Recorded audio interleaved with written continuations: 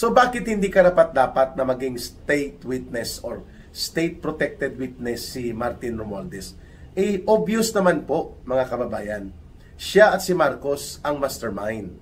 Sila po ang pinagmulan kung bakit nagkaroon ng lakas ng loob na maging sindikato.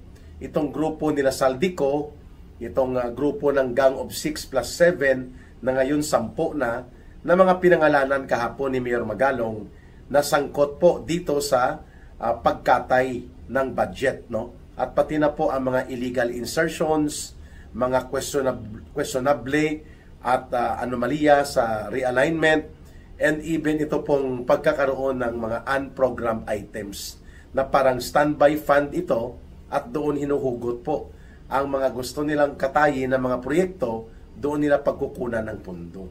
So ang lahat ng yan, hindi yan magagawa nila Saldico kung wala ang otoridad, ang kumpas at pangungonsente ni Romualdez.